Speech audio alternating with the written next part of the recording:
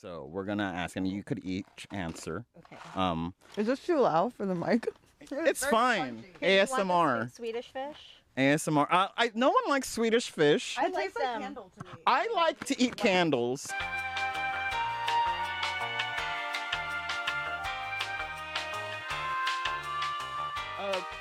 Howdy, folks. Welcome to another episode of The Green Room. You know, this is like our third attempt to launch this. No, but this is a space where we could just spill the tea, have fun, and get to know new people. Well, me at least. Well, I know my guest already. Well, let's introduce my guest, obviously. So don't speak until I tell y'all to. Okay, first we have the founder and CEO of Fruit and Flower Company.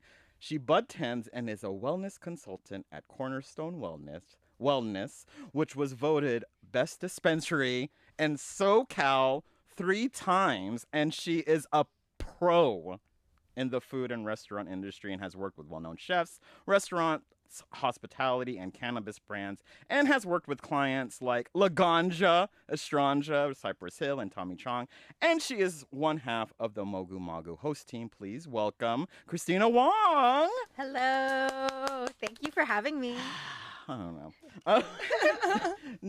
Next we have an award-winning chef who is known on these streets and beyond for hosting cannabis-infused pop-ups, supper clubs, and events.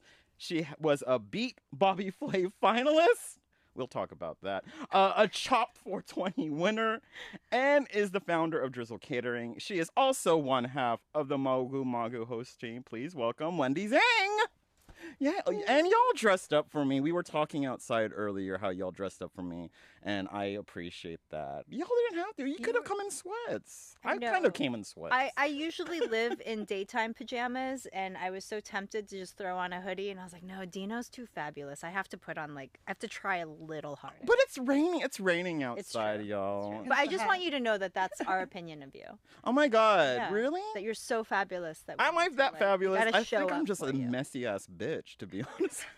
You know what? Honestly, though, lately, it's okay. I know. It's okay. I'm leaning into the messiness of it all. Oh, also, I want to give a shout out to what we just smoked. What? Okay, y'all bought this. This is a sativa. I'm more of an indica girl too. Yeah. I hope you'll be okay then. No, I'm fine. I'm. Weed's weed. Stone Road. So that's a pink pineapple hash and diamonds infused pre-roll from Stone Road. They are also an LGBTQ queer owned brand and also a woman owned brand as well. But they're awesome. I love their flowers. They have great pre-rolls. The pre-roll is great. It was very smooth. Yeah. You know, I was kind of stressed out because it was raining, but it was very smooth. I liked that. I know you got a little wet. No.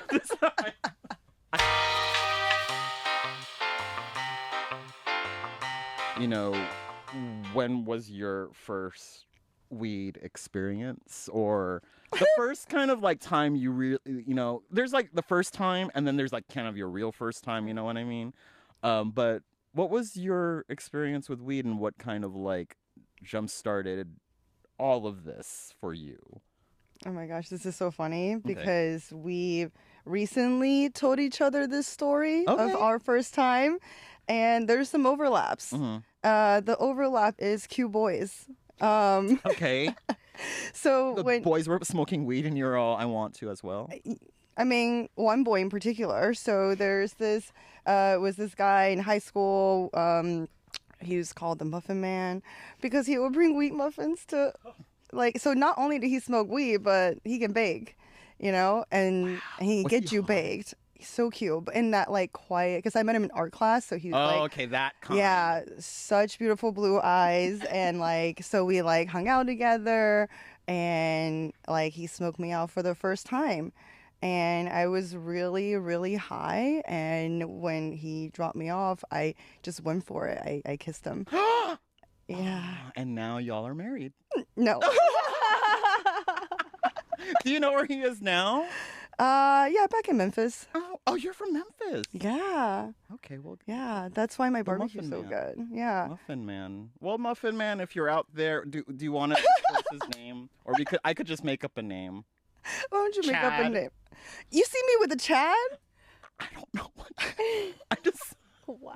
But well, thank you for the Muffin Man for introducing you to this world because you've done so much fun stuff with it. I love that though. Okay. Christina, what about you? Mine was at a party when I was 16, 17, and of course there's always cute boys involved. Mhm. And it was like my crush and all of his friends. Like they were all the stoner kids at the other high school, and so I'd hang out with them where I was like I'd kind of like come over and hang out with them after school, and so they were having a party, and I went over and I had a huge bong rip, and then I was fine for about 30 minutes, and then I barfed for about 4 to 6 hours. And I was 16 at the time, so I was like, I could drive home, but like not if you're barfing every like, every 20 minutes. And so eventually they got me home, and my mom comes running out, and she's like, "Where have you been?" And so I didn't really touch cannabis after that for many years, actually. I was always around a lot of people who were like into it. I was just like, oh, this isn't for me. It doesn't agree with me.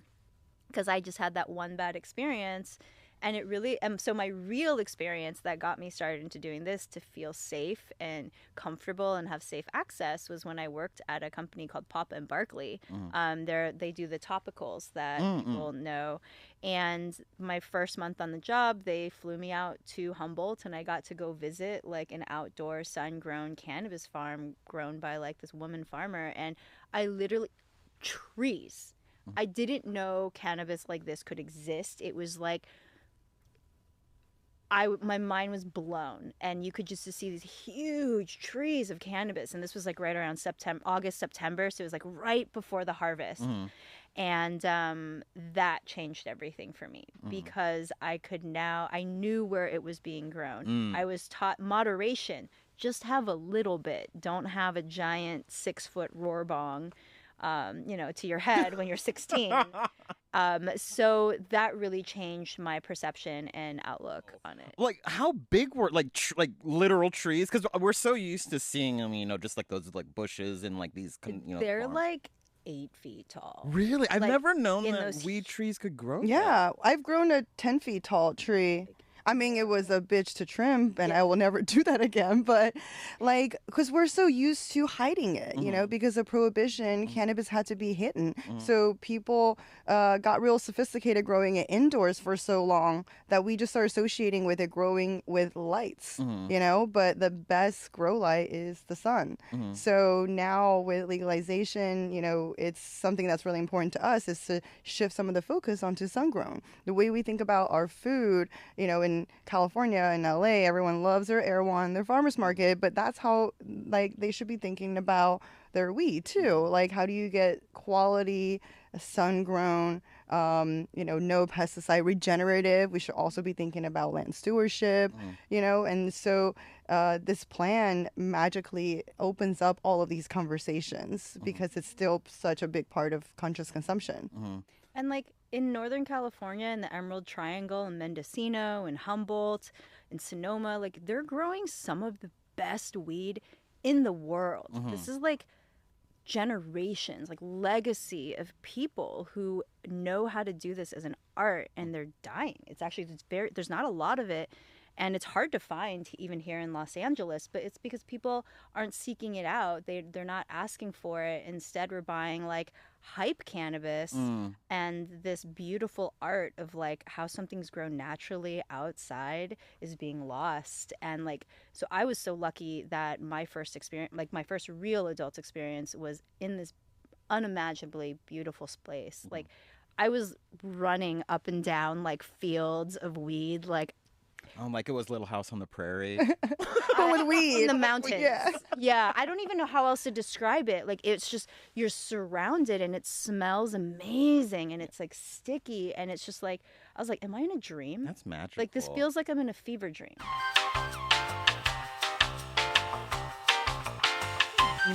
To your point about Northern California growing, some of the best weed in the world, when you travel around the country, do you notice, like, when you go to, like, Denver, for instance, or if you're going to the East Coast, I'm like, oh, weed in LA feels very, kind of stylized and very, like you said, hyped up. Yeah. And then when I go to Denver, I'm all, very feels, like, rustic and, like, earthy.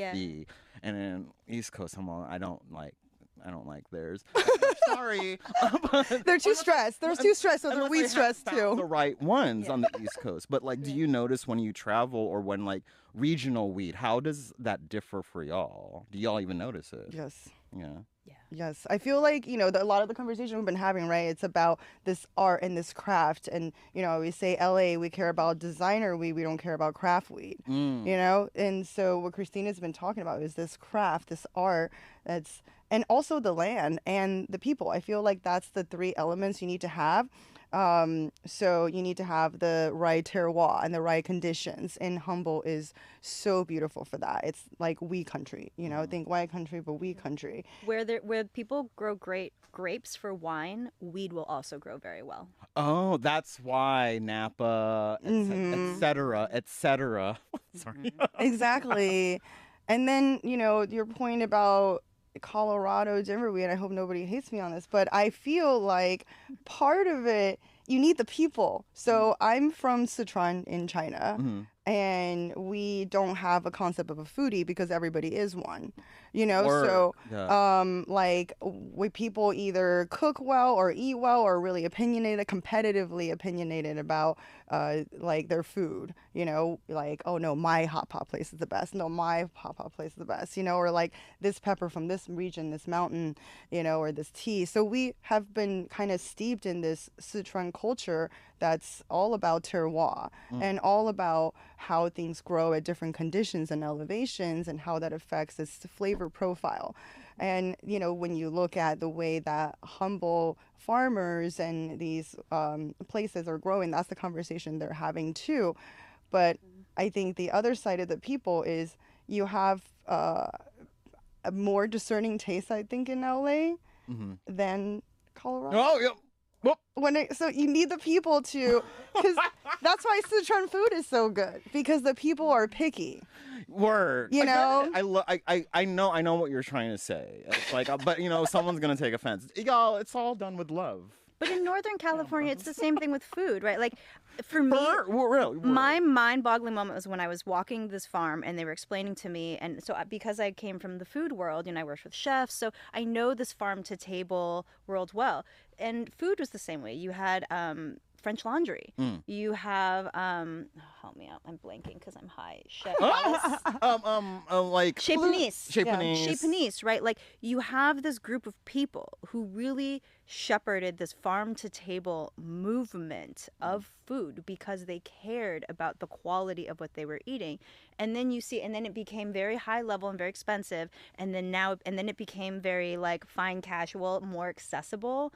And so for me, when I saw it growing and I was listening to the farmers tell me how they grow, and I was like, oh, this is just like food, right? If we're foodies who are discerning about what we eat and who makes our food and how it's grown and how it's sourced, our cannabis should be thought of in the same way, but we're not everybody's looking at it in that way yet, because you don't even know it's there. Because when you step into a dispensary, it's less than 1% of the dispensaries carry outdoor sun-grown from the Emerald Triangle right now.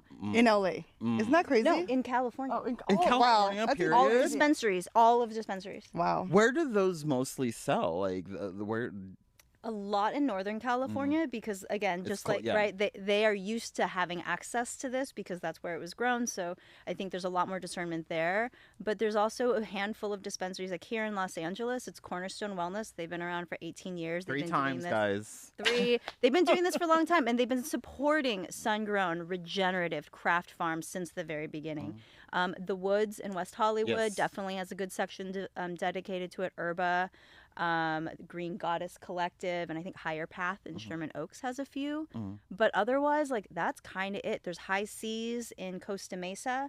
If you're down, they're starting to carry more, but it's like we have to ask for it. The consumer has to demand it, because if you don't ask for it and you just buy whatever, brand looks good or the bud tender kind of says, that will never come to market, right? There has to be a demand for, do you want Wagyu and truffles? Yeah.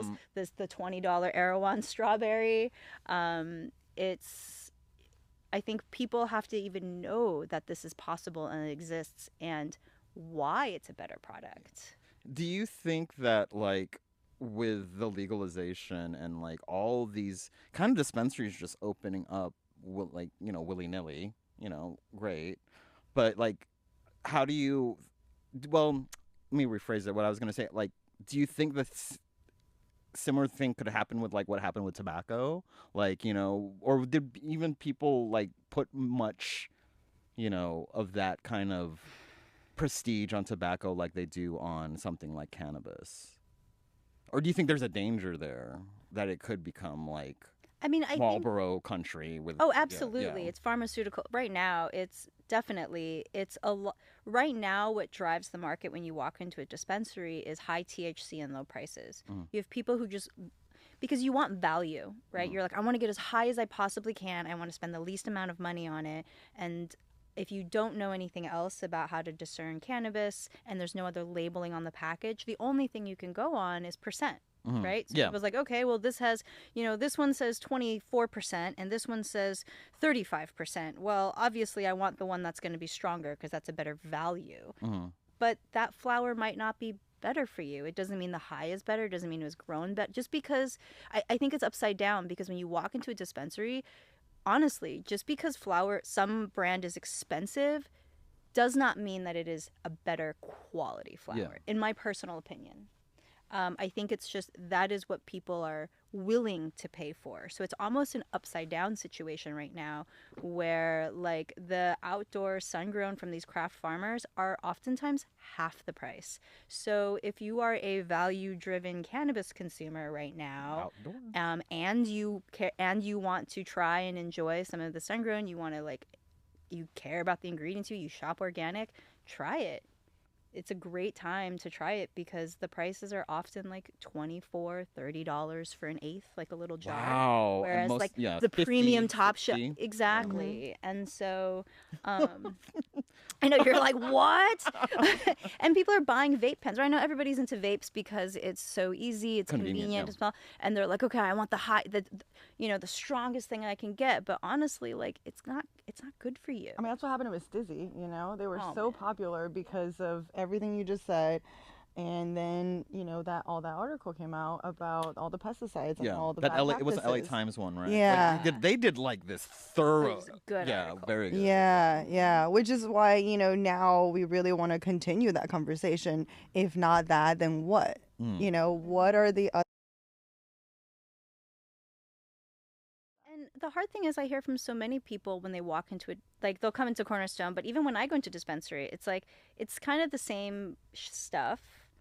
Most of it doesn't speak to me personally as a consumer. And then when I'm asking the bud tenders, like they'll be like, oh, like this one's the best. This one's the best. I was like, okay, so I Why? ask, why do you think it's the best? And that answer tells me a lot. You know, like if it depends on who I'm talking to. Somebody will be like, oh, it just hits so hard and you get really hooked. I was like, well, that's not what I'm looking for. Yeah. But thank you. You know, and I think also if you're going to a shop that has knowledgeable bud tenders, great, they can guide you. But oftentimes there's so many places where they're not really well versed, because bud tending is an entry level, like it's an entry level close to minimum wage job. Yeah.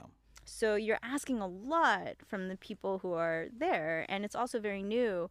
So I try to provide information and teach people in private education. So it's like when you walk into a shop, you know what to ask for. So if you care about craft, you care about, if you are the farmer's market, Erewhon, Whole Foods type shopper, the things to ask for when you go into dispensary is like, hey, do you have any sun-grown regenerative flour? Word. Do you have solventless edibles or vapes? Okay. Do you have Everyone take rosin? notes. Yeah, right. Solventless, rosin, whole plant. Okay. Those are going to be less processed. Right. Sometimes the percent might not be strong, but honestly, because it's the whole plant, the effects are more well-rounded. It's a better experience overall, even if the numbers on the package don't say that they're high. Yeah. So the numbers don't mean a thing. Well, they mean something, but it's kind of like trivial. It tells me a portion of the story, right? If you look at here's like a pie chart of what I'm looking for. Like the price is a portion of, or like the percent is a portion of what tells me about it. Okay. But I'm also looking for, when I buy flour, I'm looking for what is the terpene percent. Okay. So typically you'll see it between 1%, maybe 3 or higher. Anything in the 2 or 3%, I'm buying it. Okay. When I go in, I'm looking for flower that has the highest terpene percent, because that means it's going to smell really good, it's going to taste really good, and the effects are going to feel really nice. Oh. Yeah. I am learning a lot today. Because, well, like, I very surface level, and I do have bud tenders I trust. But, like, you know, I'm glad you talked about first time going into a dispensary, because I think a lot of people are, like, all nervous sometimes. Like, Yeah. it's weird because it's, like, all feels like I'm in a jewelry store, but, and it's so flashy in all these, Totally. like there was I went to my local dispensary, which gives a 20% discount because I live in the neighborhood, which is great. But there was this whole setup of this, like, you know, triple X porn video cassette, but it was weed. Like, it was like the packaging. Yeah. A lot of the packaging is like glittery and like, and it's like, do you think people are more attracted to those? Like, say, brown paper bag or something like that? So whenever I walk, like, the cannabis industry shows, there's two very distinct styles. And somebody actually did a whole Mylar bag art exhibit, and I used to kind of be more snotty about the whole bag thing. But then when he put it up as an art display, and he's like, this is art. This is how artists are communicating to each other and creating these cool things on Mylar bags. Then I was like, I get it. It's like a street art language of its own.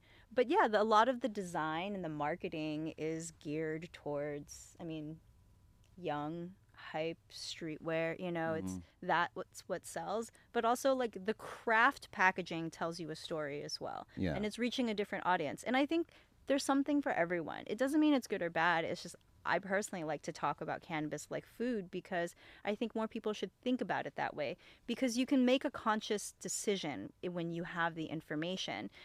Just like food, right? There's junk food, and then there's really healthy organic from the farm food. And it doesn't mean that I'm exclusively only going to eat this all the time. I eat all sorts of bad food and things that aren't good for me, but I know that I am making a bad choice. I know that I'm eating sugar candies, and that's just going to be the choice I'm going to make. Yeah, like there are certain pre-rolls I get because it's like my Starbucks. I call it like my Starbucks. I know it's reliable. It will do a job. Yeah. But I'm not and then there are certain strains, and I want to treat myself kind of thing. Exactly. Like, right, you buy your groceries. Like, you're not buying the most perfect, most expensive eggs that you can, because sometimes... Well, they are expensive. Exactly. All eggs are expensive now. Everything. God, $11. I know. They're trying to make us weak, take away our protein. Sorry.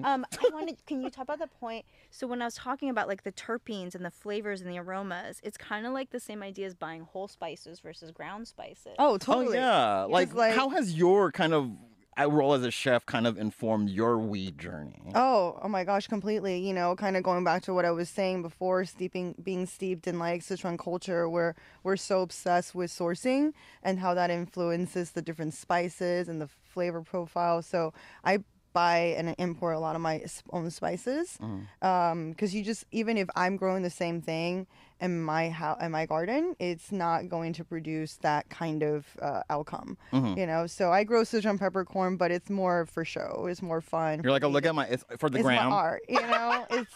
It's for the art of the plant. It also makes you closer, like, you have a closer connection to that ingredient. Just like growing cannabis, like, I'm not going to grow, the weed I grow is not as good as like, the weed that we get from our favorite farmers. Yeah. You know? There's no way. But it's cool to have a piece of Sichuan in our backyard. But, I import a lot of stuff, and I buy everything whole.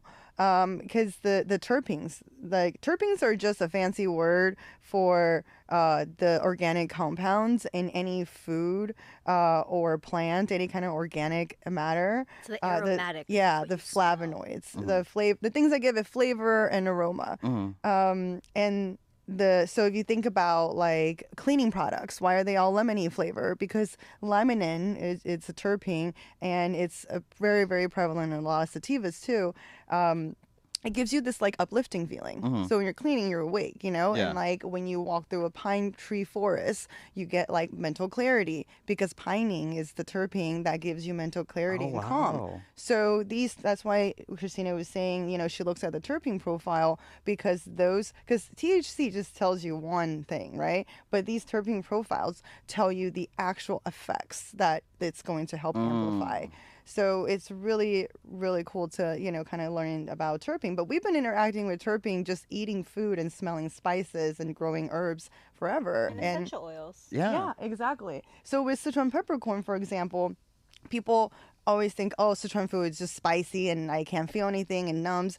But it's actually a very beautiful, nuanced spice when you buy it whole from the region. When it's not oxidized to shit where you're just feeling the numb, it's actually got a huge amount of floral and bergamot type of aromas. So when I keep mine like super organized in the freezer so they really last. And like when people smell my Sichuan peppercorn and they eat it in the food, they're like, whoa, I've never had it like this. Oh, wow. And like, why? I mean, same thing goes for cumin, So if you're buying ground cumin, just stop. Buy whole cumin. Buy it from whole cumin. From your local Indian spice Do you work for sources. Big Cumin? No. No, I don't work for big anything. Shop local, small. Shop local. Yeah. And so, when like all of those terpenes are also, if you want to get sciencey with it, are very volatile. So when you don't buy it fresh, if it's not stored or cured right, and then you're not getting it fresh, then you're missing out on all of those beautiful expressions of that plant.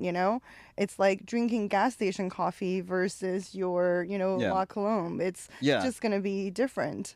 So like when I started learning about cannabis, I'm like, wow, this is so similar to everything I know about food and sourcing, and as a good chef, that's like, sure, you can like make a lot of different flavors, but at the end of the day, like your product and how you source and how you treat that ingredient is how it gets to shine on the plate. And, same thing with cannabis. And even if you're making like edibles and vapes and things like that are like byproducts, if you're starting out with a shitty product, like you're not going to get something that's going to be good for our bodies and not going to be a good experience. Let's talk about Mogu Magu, and like y'all started this thing. I caught word of it from mutual guest of the show, Jenny Yang, and invited me one of your first events, and I'm like, I've been hooked since. And can you just like talk about where that came from, why y'all wanted to do this? Sure, yeah. Actually, so Christina and I met at a very interesting time in both of our lives, I think it was like right around the time, mid-COVID times, when a lot of people were kind of examining the relationships in their lives, and things were ending, things were beginning, there was grief, there was, all this rapid change, and both of us were grieving some relationships that we were letting go that no longer serve us, and that to become the people that we're trying to become.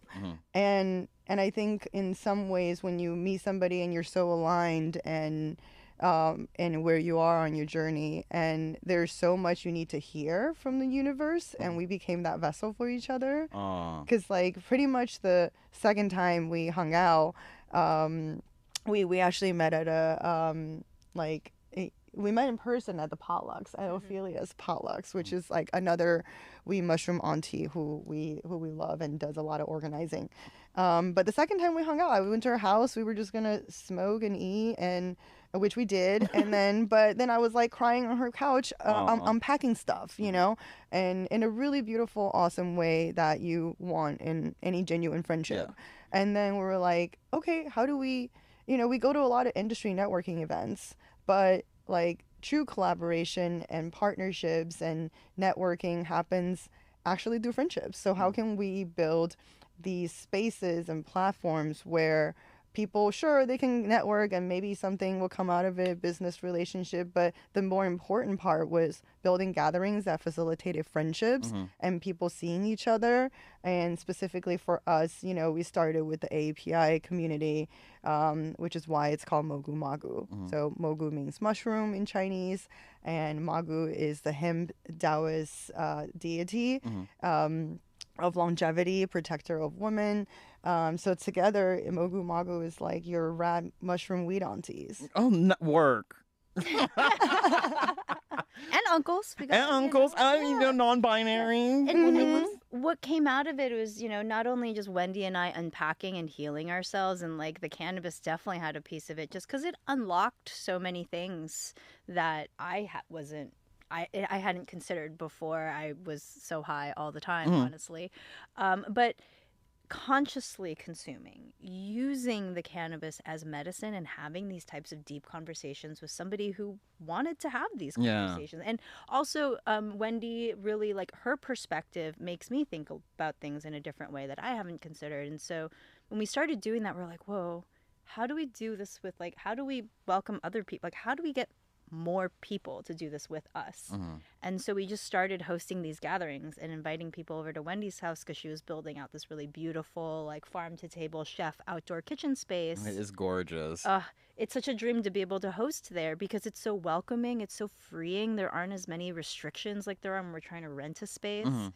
And so it's like you feel welcomed, you feel safe. We're going into someone's home, and like when we entertain, it feels like, right, we're your rad weed mushroom aunties, and we're teaching you cool things and showing you things, and we're taking up a space and a role that, like, our parents or our family could never, because they could never. Chosen family for life. All right. I wish my parents could, but they just can't. Yeah, I get it. Like they all know I'm very open with what I do with them, but like, they're supportive, but they can't have these levels of conversations with me. They're not ready. Yeah. And I look forward to the day that maybe one day we can. But like, it's starting to change. And when we started, and part of it was too, like, we were just curious about our own culture. And so really, Mogu Magu became a AAPI culture, food, and cannabis collective.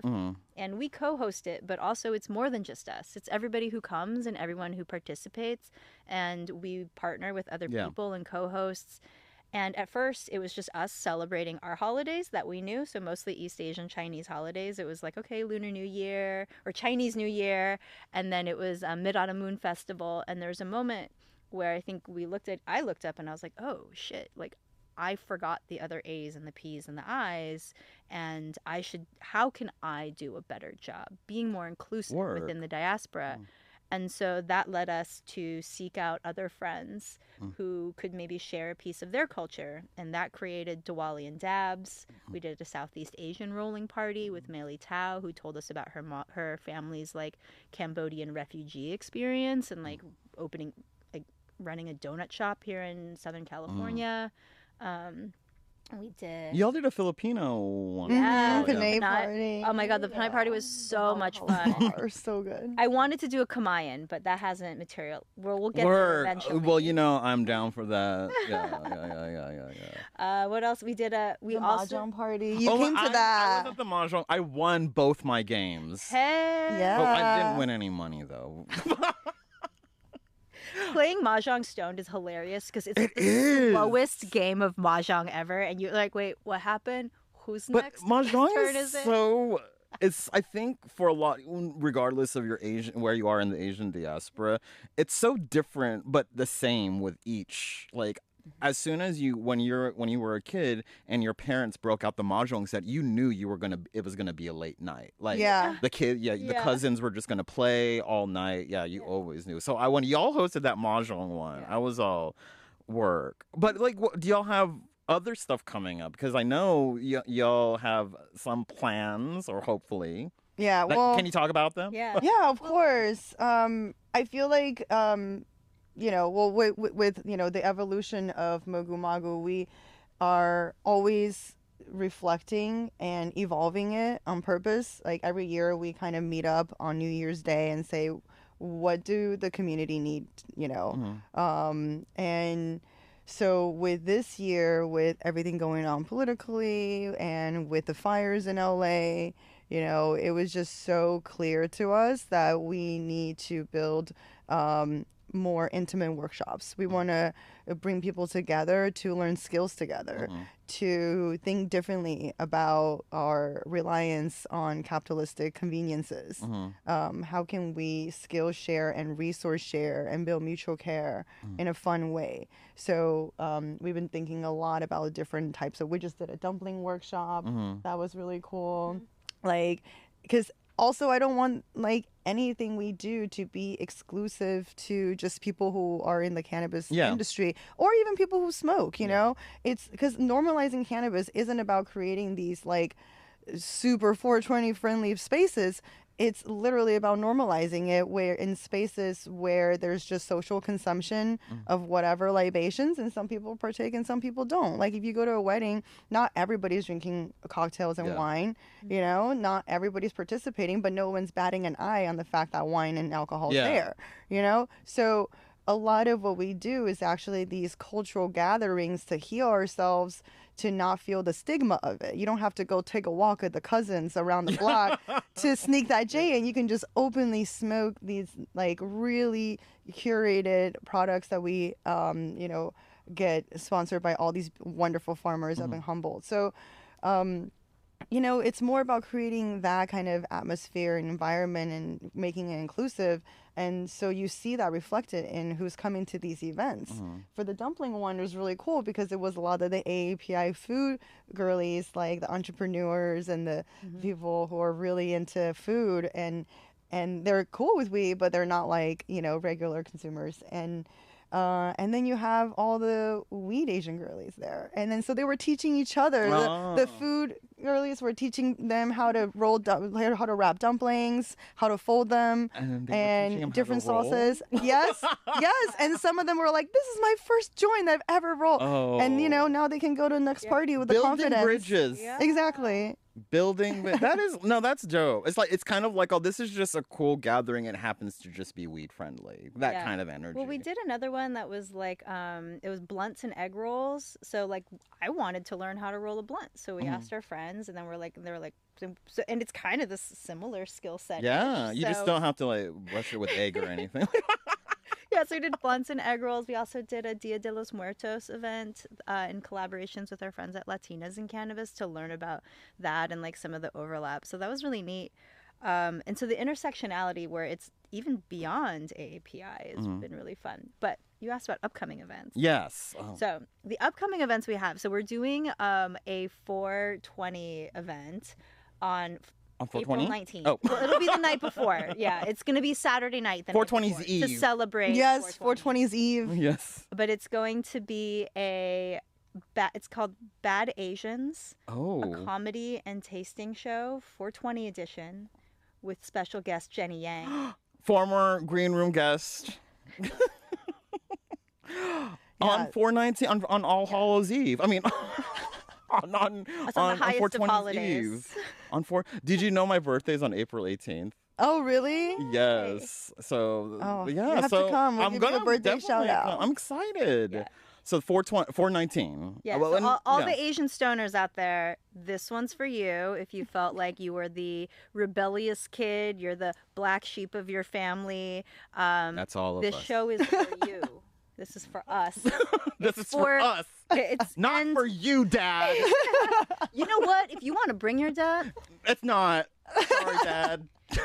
No, my dad probably will listen to this. I love you. But I think it's, for me, I think about this show, and we were talking about with Jenny as we've been developing it. And for me, I feel like there's comedy in the pain, right? There's our own traumas and how we feel about being cannabis consumers, or the stigma that's being carried.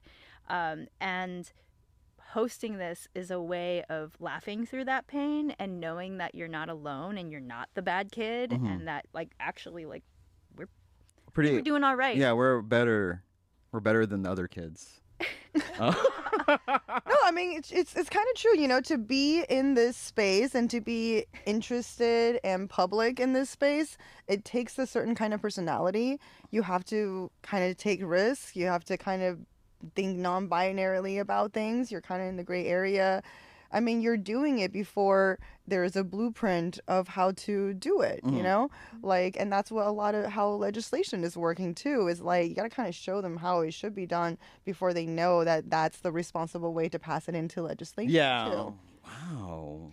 I mean, also, it's like breaking the stigma. It's, so many people are afraid to be open with their cannabis consumption, or don't want people to know for fear of losing a job, losing deals, losing gigs, losing other sponsorships. Yeah. But like other people don't bat an eye with like for instance, I will say something, we've talked about this, like me booking this podcast has become a little difficult, because I ask certain, they're not necessarily huge names, but they're wow, like, they're gonna know. Wow, he asked me. He does not think I'm a huge name. This Edit is what that you out. get. No. I'm just joking. In inside the actor studio, I don't know if you remember that show. There's a questionnaire, and I have my own version of that. So. Okay, if I asked your friends what they admire most about you, what do you think they would say? Whoever wants to go first. Oh man, Can we answer? I the was gonna question answer for each her. other? Yeah. Okay, yeah, We started doing that. Yeah, yeah. Okay, But answer. I'm like, yeah. so many. Answer for each other. Okay, I guess. repeat it again. If I ask one of your friends what they admire most about you, what would they say? So Christina, what do you admire most about Wendy? I admire how Wendy is so fiercely outspoken about her beliefs, to advocate for others and stand up for what she believes. Like, it's so nice to have somebody who's so, like, a business partner, creative partner, who's so unwavering in that, because it makes me feel so much more confident to stand in that as well. Wendy, what do you like most about Christina? There's so many. Choose one. Okay. Christina's just such a good friend. She just shows the fuck up, That's all you. Sometimes that's all you need, right? Like, for the growth, for the personal growth, for the hard conversations, for the evolution of our journeys, like, for fun, she just always shows up and doesn't get defensive and doesn't shut down, and just, like, she's down to, metaphorically, to rumble and navigate with you through things. Work. Thanks. Okay. Aw. Okay, each of you, when are you at your happiest? In nature, with my dogs. Really? Okay, Christina.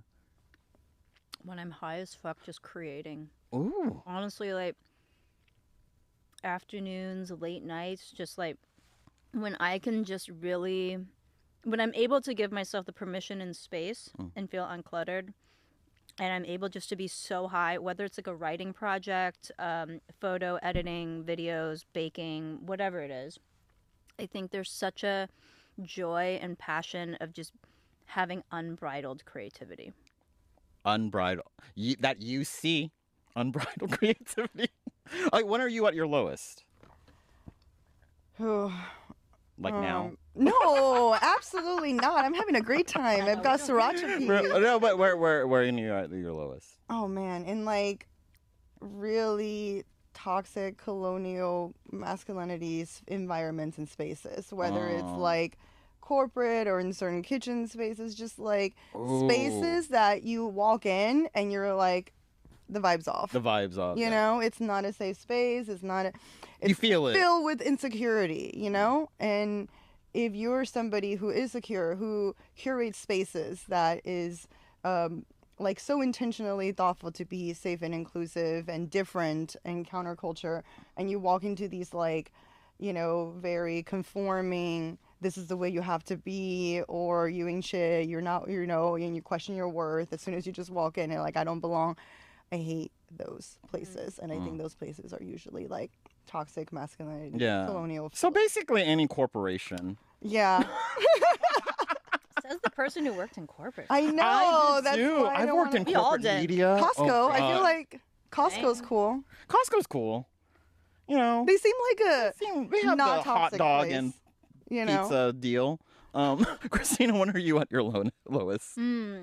When I'm doubting myself, Mm. when I'm Your inner saboteur. It's not even that. It's when I'm questioning what I'm doing, where I'm at. I'm listening. It's like the voices that I feel like I'm letting down my family or my ancestors. Am I being a loser stoner? Am I? Ooh, I know that feeling. Right. Am I being successful? What am I? I'm throwing away. You know, my parents did all these things, and am I throwing this all away? What am I doing? Is this going anywhere? Should I be doing something else? Like, I'm not doing enough. I'm not being there as a friend. But yeah, it's all like the inner stuff. But yeah. Oh, okay. So if you were a wrestler, what would your entrance music be? This is a tough one. That's really hard. Probably that Diva song by Beyonce. Oh, Diva. Something hype, something loud, something. No, I could see that for you in this outfit, actually. But spandex, I guess. Christina, what about you? Okay, I'm going to go unconventional. Okay. You also asked in the Yeah. thing. I would go with Gustav Holst's The Planets. I would go with Jupiter because it's so That's a good one. epic, right? Because there's Mars, which is like very Jupiter's the known warlike, one. but Jupiter's so regal. It's like you show. Jupiter is Gustav Holst's "Break My Soul."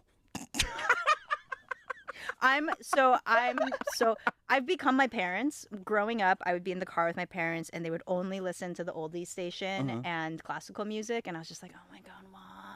Now I'm that person. I only listen to classical music in the car. That's fine. Because the world outside and road rage is too stressful and is the only thing that keeps me sane. I was a band dork and a choir geek as well. I wish I was in symphony, but What did you play? I was a percussionist. I was in drumline. Cool. I was a tenor one, the highest. I can't sing that high. I was a horrible singer, but anyways, when was the last time you laughed so hard you peed your pants, or you almost peed your pants, or if you peed your pants, no judgment. That's so hard. You know, you turn 40 and all sorts of things. I happen. know. I know. I was like, that's a pretty regular It's like, gotta go to the bathroom. So anytime, I guess. When was the last time you cried? Oh man. That's getting Maybe deep. yesterday. Yeah, me too. It's pretty like common. Yeah, You and it's know? not like I'm sad, but it's like it's kind of reflective for me. At least. Can I tell you the last time I wept for somebody? Yeah. It was recent. So, it's kind of odd. I wept for someone else's pain. This woman, she comes into the dispensary, and I see her pretty often. I kind of know her. And she was picking up a pre-roll for her boyfriend / baby daddy. And we didn't have the one that he wanted. And then she had to call him to make sure that whatever else we were recommending would be Good, yeah. that would fit. And I listened to her basically get screamed at and yelled at and abused, and I watched her go into this horrible state of just anxiety, freaking out, apologizing. And she's crying, like sobbing, like heaving in her car. And I went and I talked to her, and we kind of resolved it. But I remember sitting there and I just thought so hard on watching this, knowing that this poor woman is trapped in this abusive relationship and is not strong enough to get out. And she's making excuses for this person. She's apologizing, thinking that it's her fault. And I said to her, and I was like, no one should be make you feel this way, and no one should treat you this way. She's still with the person. They have a kid, whatever. Well, it is what it is. But it's all we're all on our own journey. And it's her life. But I sat in my car, and I remember I wept for her because... It's sad. Well, I mean, but I wept for her because of my own relationships and my own... Like, it was for her, but it was also, like, for past me. And, like, being grateful for current me, feeling strong enough to stand up for myself and others. And I was sad that she wasn't, like, in a place to be able to do that for herself yet. That is intense. Sorry. But that's so sad, though. Yeah. Okay, have you ever had asked to speak to a manager at a retail or restaurant? When was the last time?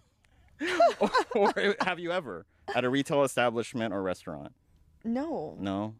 Have you? That's No? not in my vocabulary. I do because I know them and I want to say Oh. hi and thank them. Right, or but not hi or in that thank you like for caring way. I'm gonna make a complaint, you know. I just, this is just a curious question. Yeah. You I don't know, think service, I have. Service hospitality people are working really hard. I know. Nobody should be. It's just like True. just go home if you don't like what they're serving up here. You know. What profession other than your own would you like to attempt? Oh man. I mean, I feel like this is something we've been talking about, which is like, no matter what we do, we're artists. You know, I think a lot of people have been reading that book, The Artist's Way, because we really got to start thinking about all of us as artists.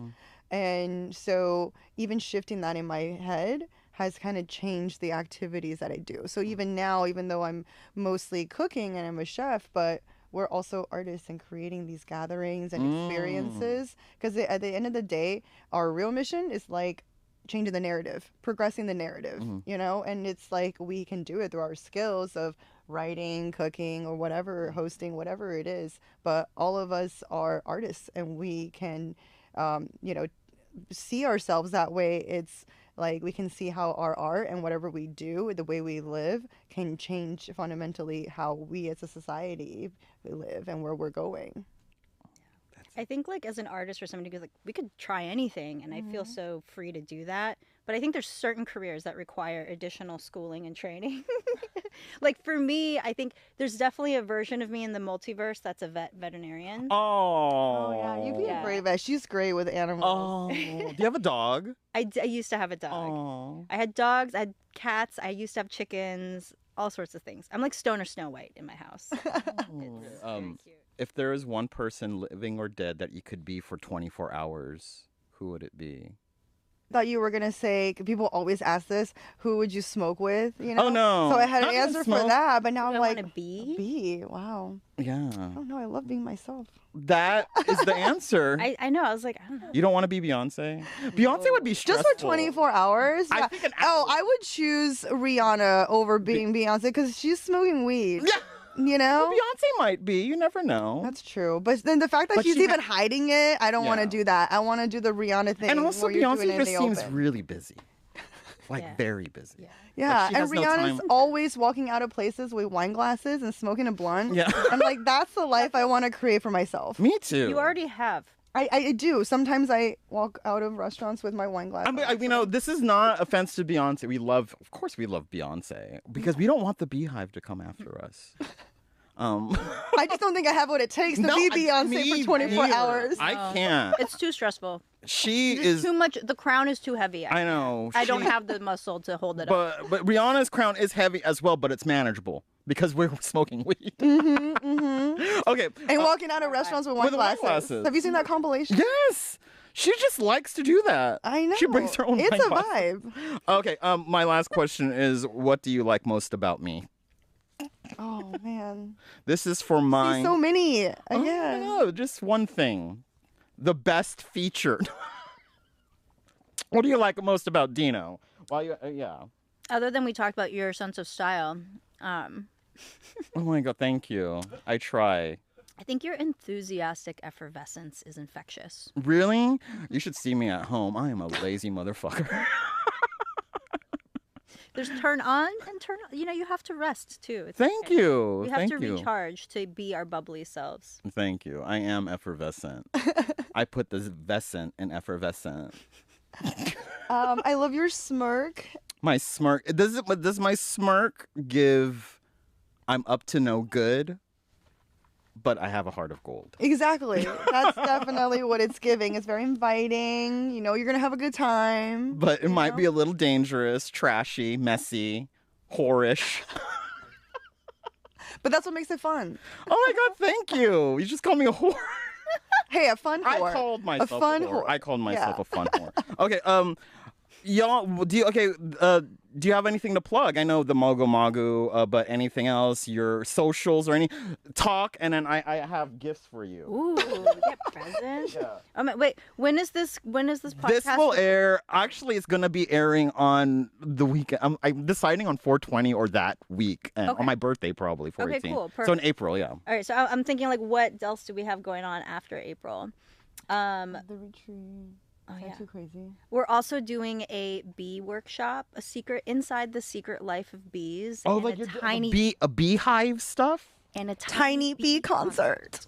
Tiny bee concert. What does that mean? Do we have to? So there's like our friend Marvin is a bee caretaker, Uh-huh. and he has like an observation hive, and so you have the hive, and then you put like a microphone right next to it, and you can hear the bees and them humming, and they make their noise, and then he has a friend who's a classically trained musician, so she'll be performing and playing her instruments alongside. It's a flute, right? She has lots of different ones. Oh, okay. Yeah.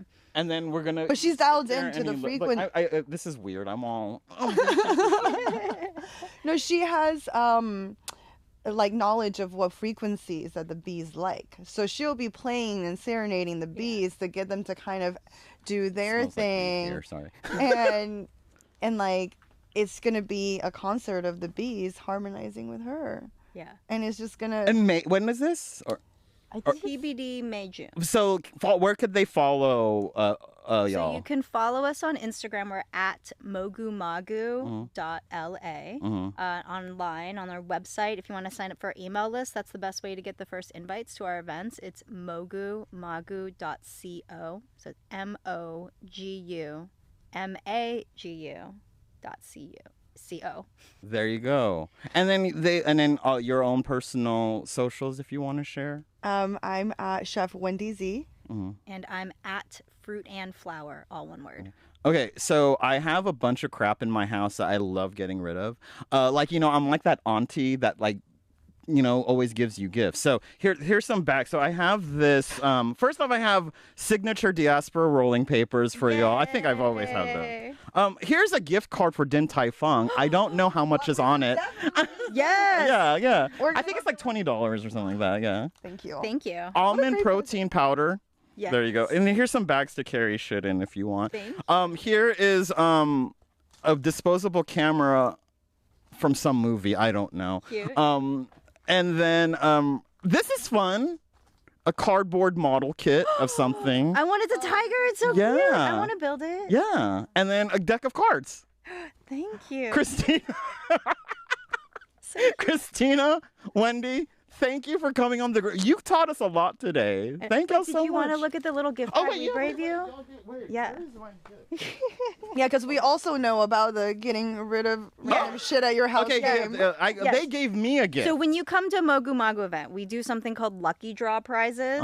And it's basically Wendy and I emptying our closet of dragon treasures. And That's then what also I did. people give us gifts. And so we get epic gifts. But you What have is some cute little rolling papers from Papers and Ink, API woman owned from Carolyn Chu. Yes. She does these beautiful custom hemp papers. Ooh, I could see it through it. Yeah. And I didn't even know, but if you open up the inside, you'll see they have like she does like a whole like pride one. Ooh, and it has the filters in there. Yeah. It says gay. Thank you. There's more than one. I think. But no, it's fine. I meant that as a compliment. Intentional gifts. And what's this? That is from our friend from Fire King. So these are caffeine and Kush. They look like a little like mocha and chocolate capsule, and inside is Peruvian cacao. And then espresso from who's the espresso? John Weaver. Yeah. He's like this He's badass Weaver's coffee legend. So it's Weaver's espresso, and So I shouldn't take this if I want to go to sleep. hash infused coconut oil. So it's 10 milligrams for one pill. It's like the most amazing weed, Adderall, like high intense sativa, like supercharge your day experience. Oh my God. I'm going to South by Southwest. And I need something like this. It's a really good energy booster. It's quite a roller coaster experience of a high, even for me. Oh, and then just Cornerstone. And yeah, so just that's Cornerstone. They deliver, but if you want to stop by, they're in Eagle Rock. I'll tag it all in the post and all of that. I bartend there on Mondays, so if you want to come see me, I'm there on Mondays. But everybody there is equally knowledgeable and awesome. Cool. They Well, have really cute accessories there. So if you're looking for gifts, so many cute things. I want like so many things every time I go in there. Cute ashtrays, cute bombs that look like vaginas. It's fantastic. nice. Do you know Edie Flower? Is that what? Edie Park. Edie Parker. Park. Yeah, they sell all of that over there too. I have a tabletop. banana. I have their banana pipe. That I want the strawberry ones. Yeah. Is it on sale this month? I think a lot of. I want the balloon one as well. This has nothing to do with y'all watching, but I mean, look, the art of like beautiful chic, like wear is. There's like, one. all of our people come into our house and they're like, oh my god, it's so aesthetic. We're like, yeah, Yeah, I have like a bong shelf that's like all lit up and there's so I many need to cool do pieces. that. the art of having beautiful pieces, beautiful papers to roll and smoke out of and consume, like. It's just nice. It's fun. Yeah, we're trying to recreate a new kind of stoner aesthetic, you know? That's what I'm vibing with. So, Christina, Wendy, thank you so much for coming on The Green. Thank you for the gifts, the knowledge, the weed. Thank you.